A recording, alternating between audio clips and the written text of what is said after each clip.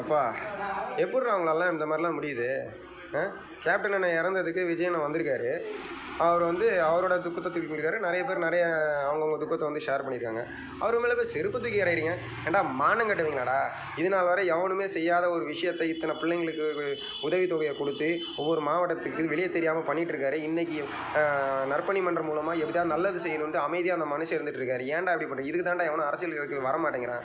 ரஜினிகாந்த் வராத காரணமே தாண்டா இந்த மாதிரி அசிங்கப்படுத்தி இதோ விஜயகாந்த்னு ஒரு உயிரை நல்ல மனுஷனை கொண்டுட்டீங்களே, இந்த மாதிரி கொண்டுருவீங்கன்னு தாண்டா அந்த மனுஷனும் வரல. நல்ல மனுஷனாக இருக்கிறவங்களுக்கு கெடுத்துடாதீங்கடா. தமிழ்நாட்டு மக்களோட புத்தி இந்த அளவுக்கு ஈனமும் கேவலமாக போயிட்டுருக்குன்னு நினைக்கும் போது ரொம்ப கஷ்டமாக இருக்குது.